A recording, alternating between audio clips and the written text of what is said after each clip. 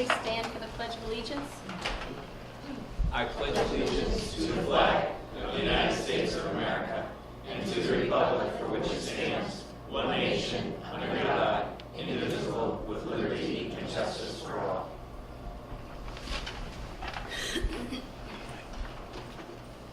May I have a motion to approve tonight's agenda?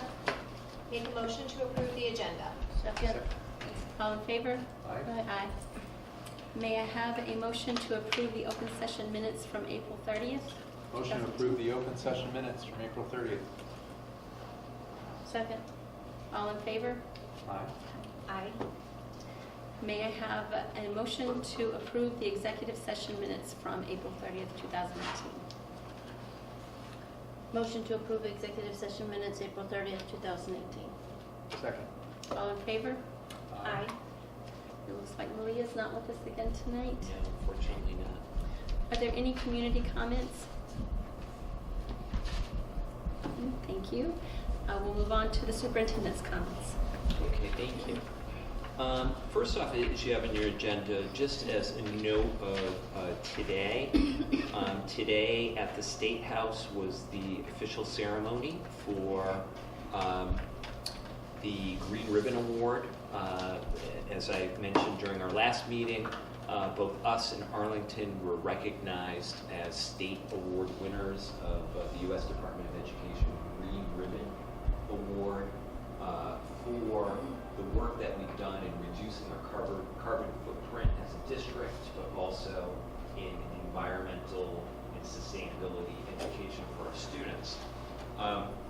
So I put this out on social media, but it was really a really nice ceremony. We had two secretaries, the Secretary of Energy and Environmental Affairs, this gentleman, Matt Beaton, and then the Secretary of Education, Matt Pizer, was present, and then also our brand new Commissioner of Elementary and Secondary Education, Jeff Riley, presented us the award. So a small team of us went out and received the reward. It was just a terrific day and a very nice ceremony. So I actually have the certificate right here, and then we also got 3 citations from our reps and our senators as well. I just forwarded to you, I literally got an email a half hour ago. We also have national recognition. So our application was forwarded to the U.S. Department of Education, and we just received word that we're one of probably around 20 recipients nationwide. So as the email says, the award ceremony will be in Washington, D.C. on September 19th.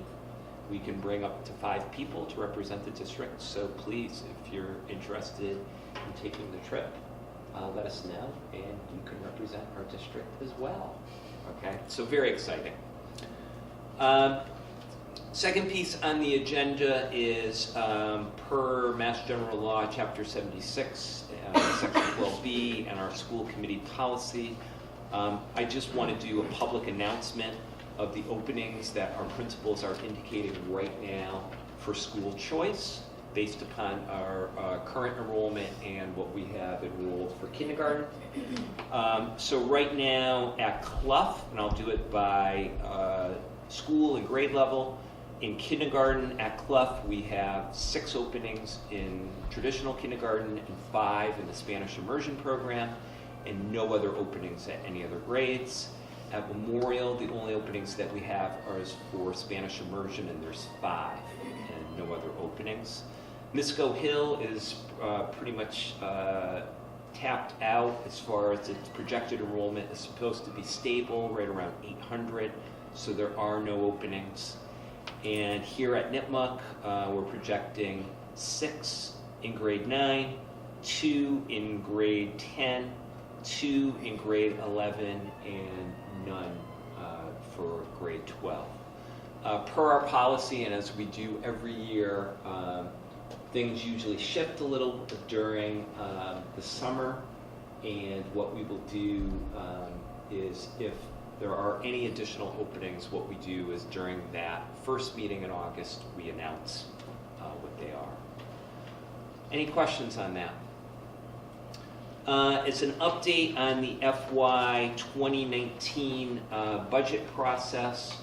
Right now, we're in the midst of the Senate budget, and because last Wednesday, the Senate Ways and Means Committee released their budget. And it's kind of, just like the House budget process, it's really their first pass of the budget, and right now we are in the amendment process. So kind of interesting, if you are to go to the state budget page, there's actually a tab for amendments. And right now, as of today, there are a grand total of, as you can see me paging and paging and paging and paging, a grand total of 1196, so almost 1,200 amendments to the Senate Ways and Means budget. So everybody is advocating. As I say in the background notes, it's very unfortunate because in the Senate Ways and Means budget, we actually lost money versus the final House approved. And the place where we lost money was in regional transportation reimbursement. It actually, the final House budget had it at $63.5 million. They reversed it back to $62.5 million, so they reduced it by $1 million. I will email you these details, but I plan on asking you to reach out to our senators, Senator Moore and Senator Fatman, and I'm also going to put something on social media to our parents asking to reach out, because there's two amendments. One is Amendment 161 by Senator Tarr, and what that calls for is full reimbursement. So the text is right here. It's probably a little difficult to see.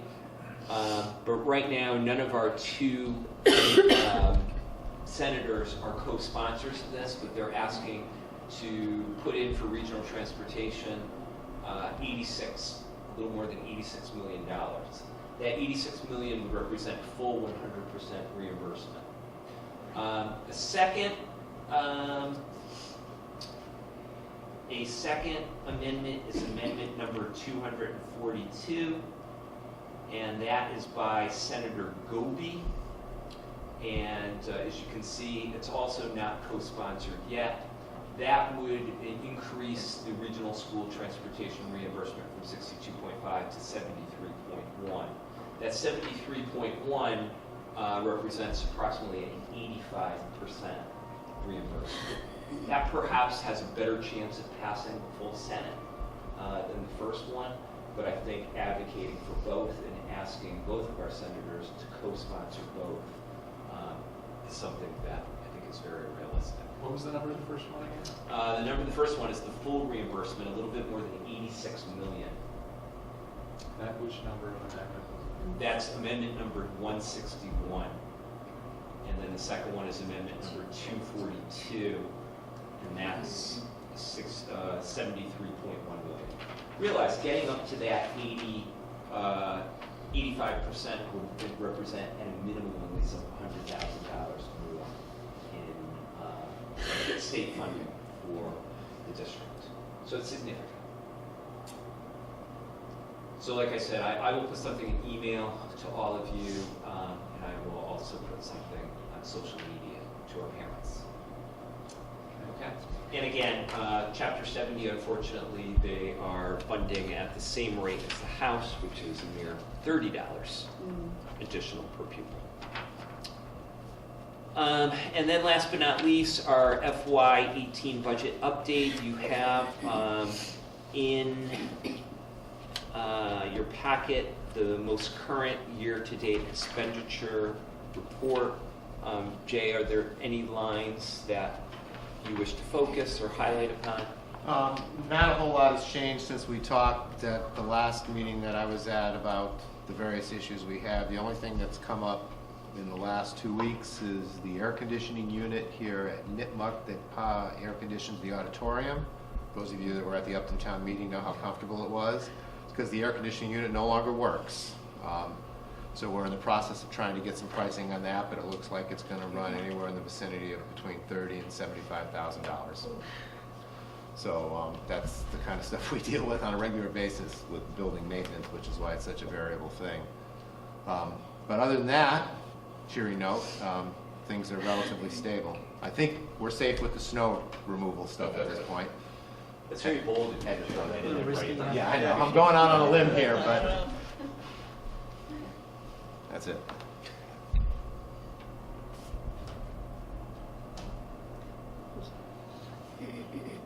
Move on to administrators' comments. I've asked Dave Quinn to come here today to talk about something that really he was very instrumental in doing for the very first time, and it was last Thursday.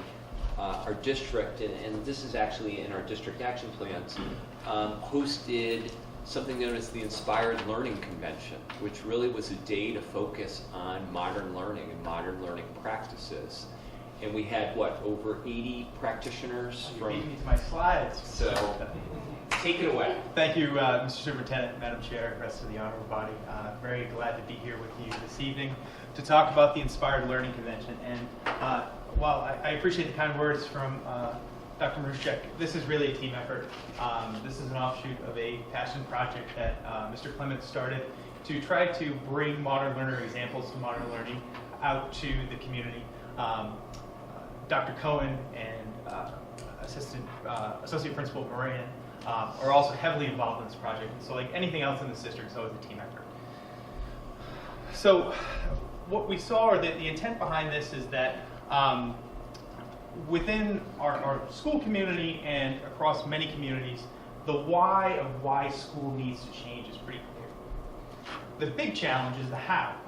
And the goal for the Inspired Learning Convention, I don't know if, when you go to conferences, you leave and you see these really great sessions and you walk away and I have no idea how I'm about to do this, right?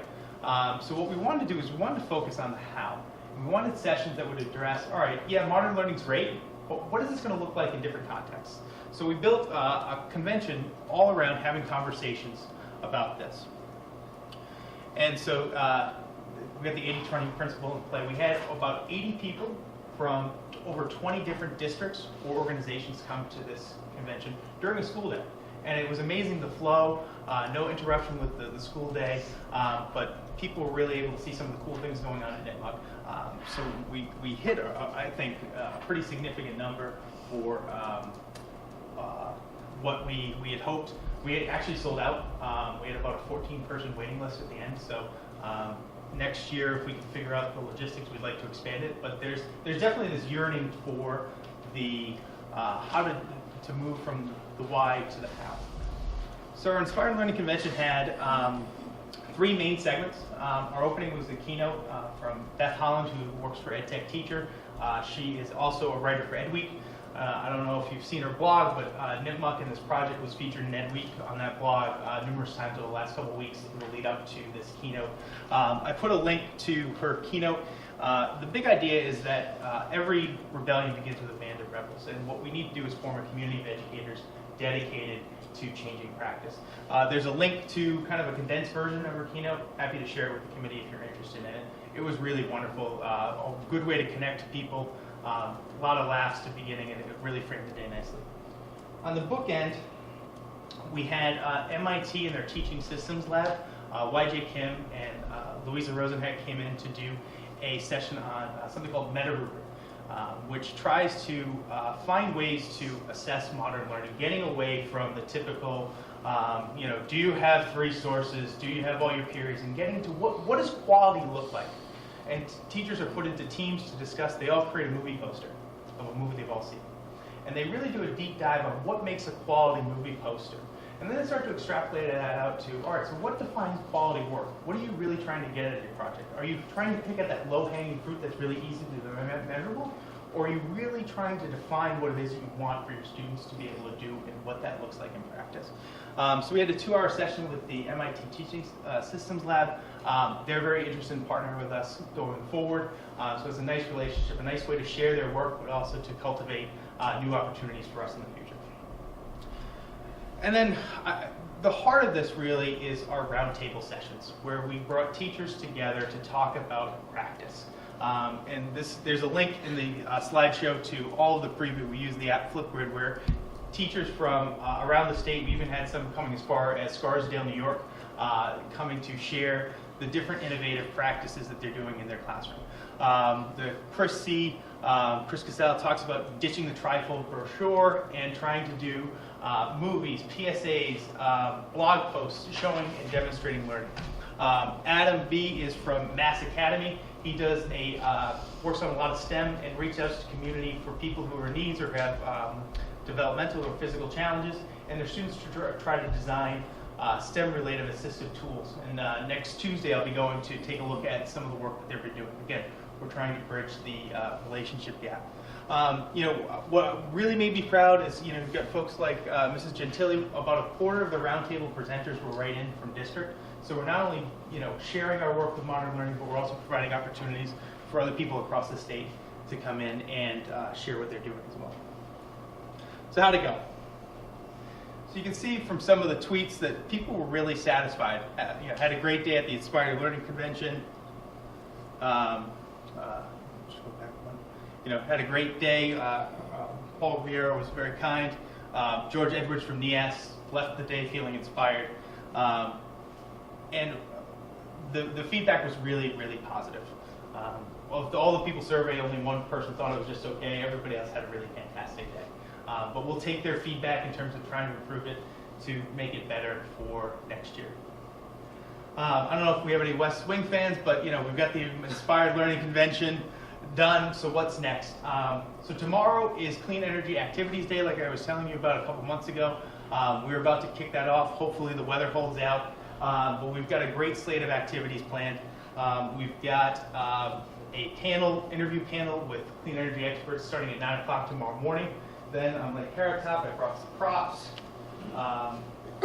Students will be either putting together a wind turbine kit or a solar panel kit. The turbine can power an LED light. The solar panels can also power lights, but also can do a water pump. So it's a lot of hands-on learning to try to create energy through renewable sources, just like as the Green Energy School. And then to close out the day, or depending on weather, parallel, we've got a new endeavor going on in the garden. Let's see if we get this to play here. I don't know.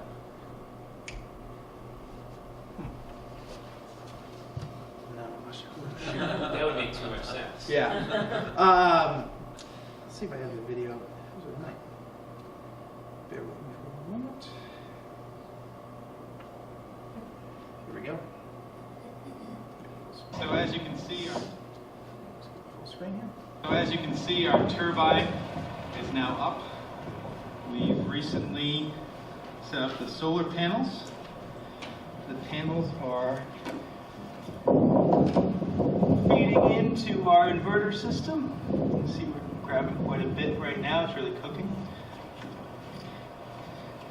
And then you see this plug run all the way into our rain barrel. Get the pump up and running. So the solar panels are feeding into the pump. Take this line over here.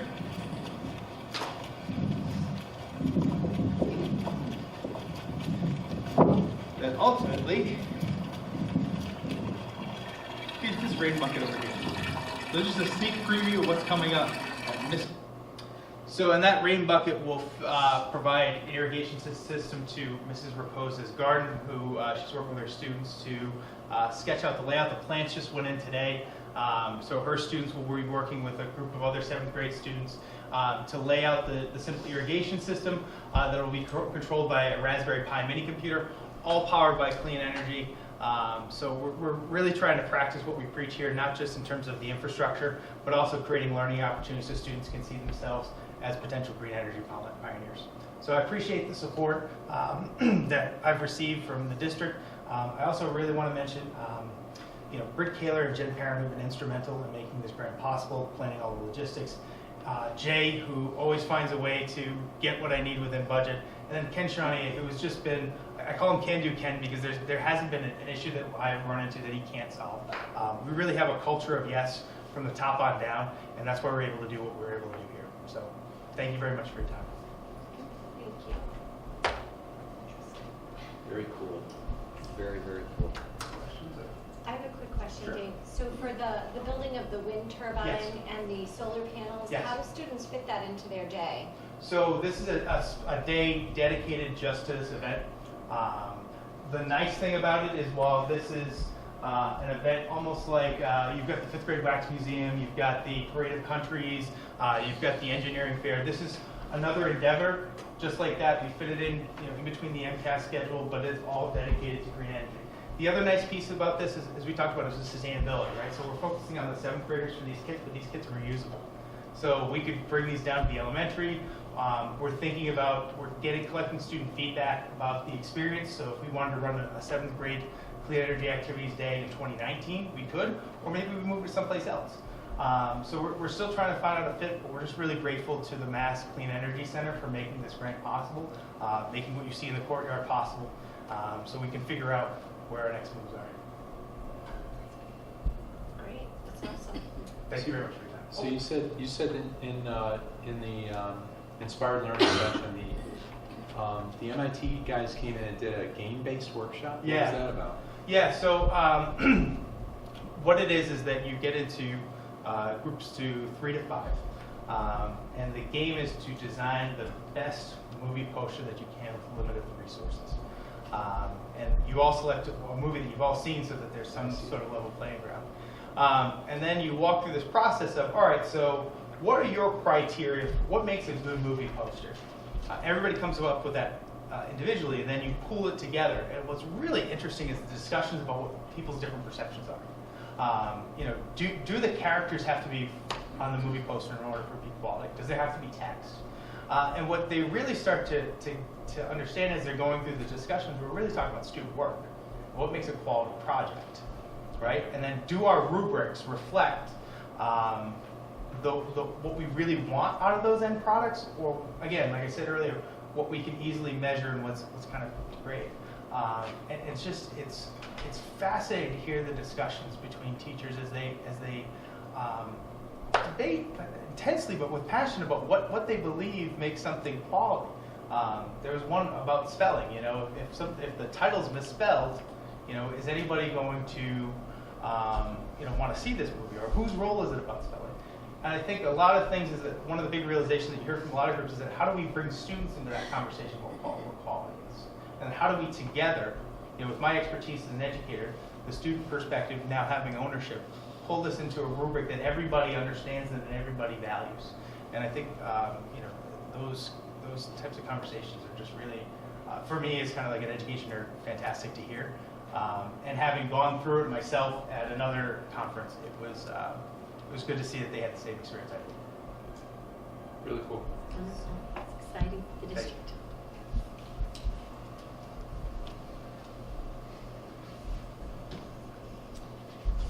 Thank you. On to subcommittee updates. The policy subcommittee, the second read and approval of the revised policy JLDC, administering medication to students. We have a motion. Motion to approve the JLCD administering medications to students policy. Actually, and Second. Also include the accompanying one about student self-administration. Okay, and including the accompanying policy on student self-administration of medications. Second. All in favor? Aye. Does not appear to be any old business, so we'll move on to new business. Okay, you have in your packet, and then I also shared with you a copy of our most current audit report, which is the FY17 unqualified report of the district's finances. And as we do every year, we have Tim Craven from Craven & Associates, who is our CPA who conducts this. So Tim, maybe if you could come up and just kind of give an overview of the audit Can I report. stand out here because I want to... Wherever you're most I want comfortable. to share the camera.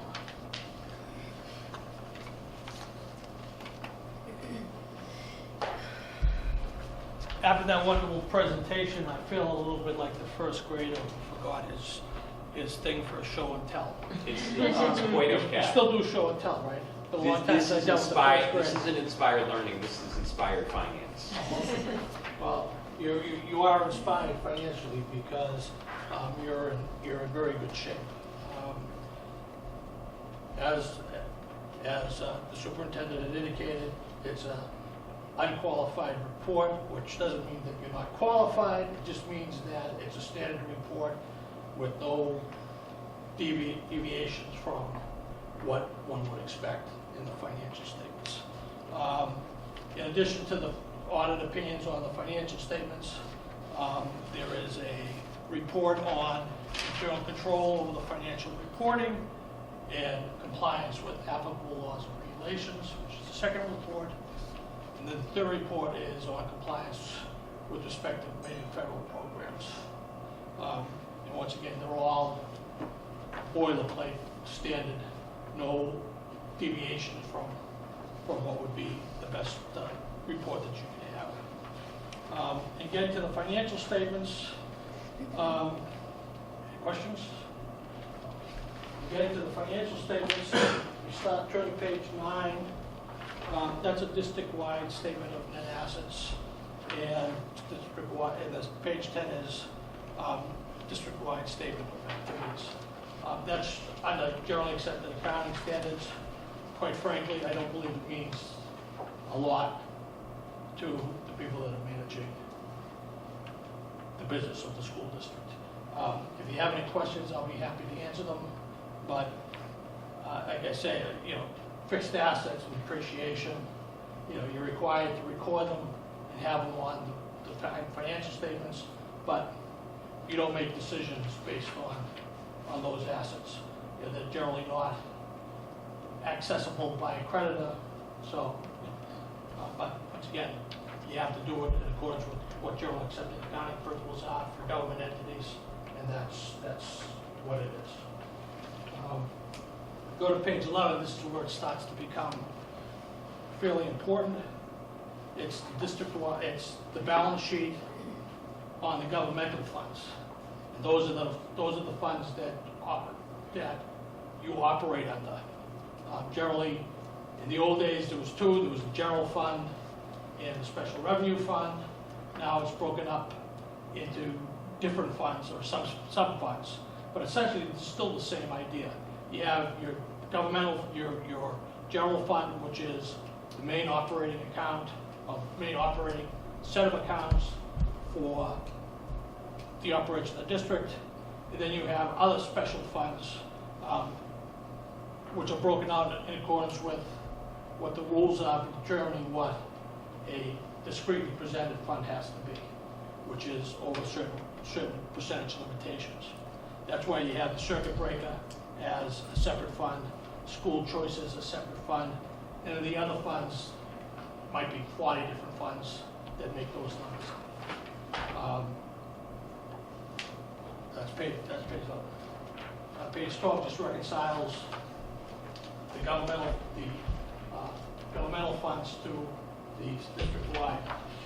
On page 13, that shows you the activities of governmental funds, revenues and expenses. It shows you that in the general fund, using what would be BAS, the state accounting system, you had an increase in your fund balance of $19,000 in the general fund. If you take a look across, if you take where it says net change in fund balance, that shows once you get beyond the general fund, the two columns, circuit breaker and school choice, that kind of indicates what happened in appropriations from one year to the next. You got $36,000 less in 2017 than you got in 2016, and you got 405 more in 17 and in 16.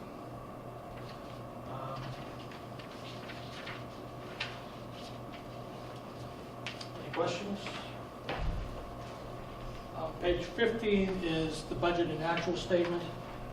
Once again, it shows that if you look down at the other financing sources, it shows that you had appropriated $245,000, or you used other funds available to balance your budget of $245,000, and you ended up not needing them because your revenues were $305 more, and your expenditures were $40,000 more than what you had, so it netted out to $264.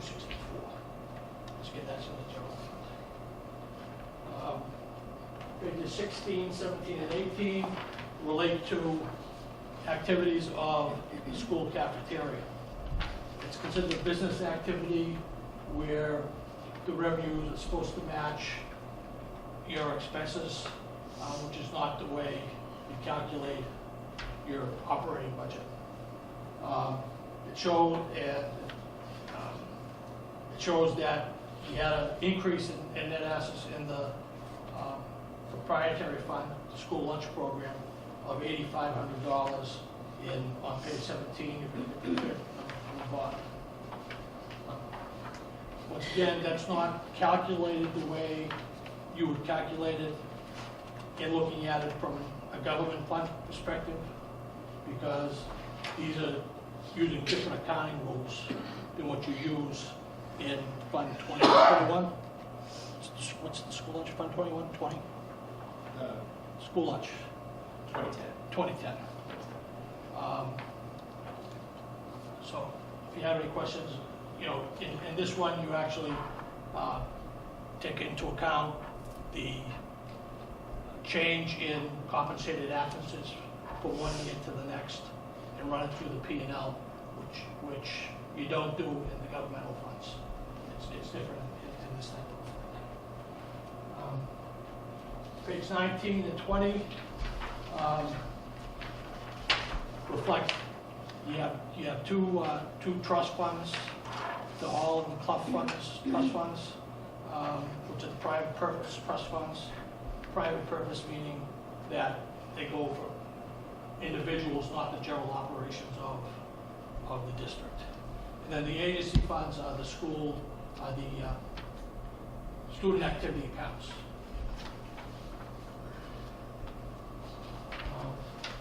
Aside from that, the footnotes on the footnotes, they're similar from one year, pretty much similar from one year to the next. We change the numbers where they're required to change.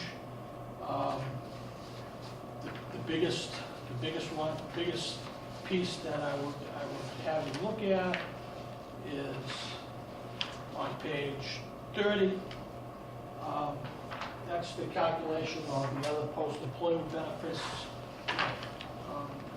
pension and health insurance liabilities on a long-term basis, and it shows that you have a OPEB obligation, other post-employment benefits, OPEB, of $15,296,000, and none of that is funded. So, but you're not. That doesn't make you any different than anybody else. Nobody is funded. I knew there was one town that did a special stabilization fund for this. They put $1 in it back about 5 years ago, and I haven't heard them put any more money in it. So it's not something that you would fund, because you pay for it out of annual appropriations. Any questions? I don't really have anything more to add. As I said before, you have my numbers. If you have any questions, always feel free to call me. If you call me, I don't charge. So always feel free to call me with any questions you might have. Thank you. Thank you, Tim.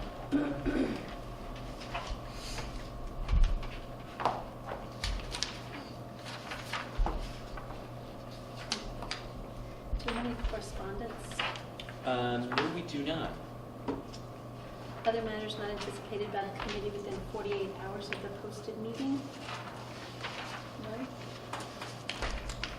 Okay.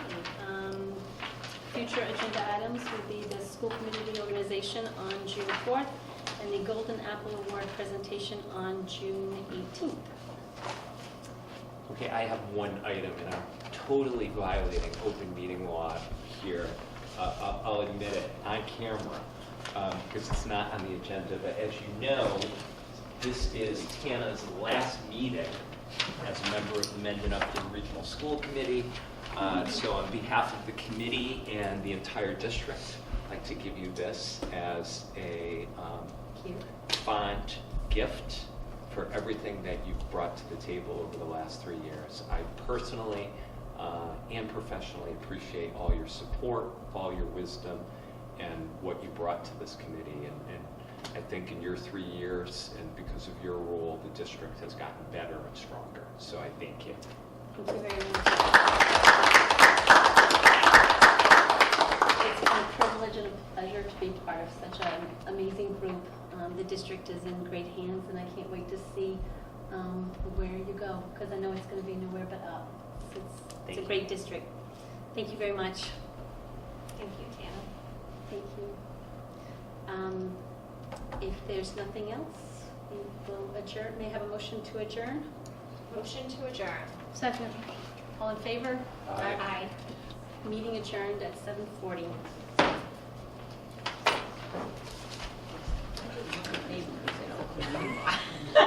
Well, you're one of those town clerk types. You're gonna record. Thanks a lot. Yeah, no one looking directly at me.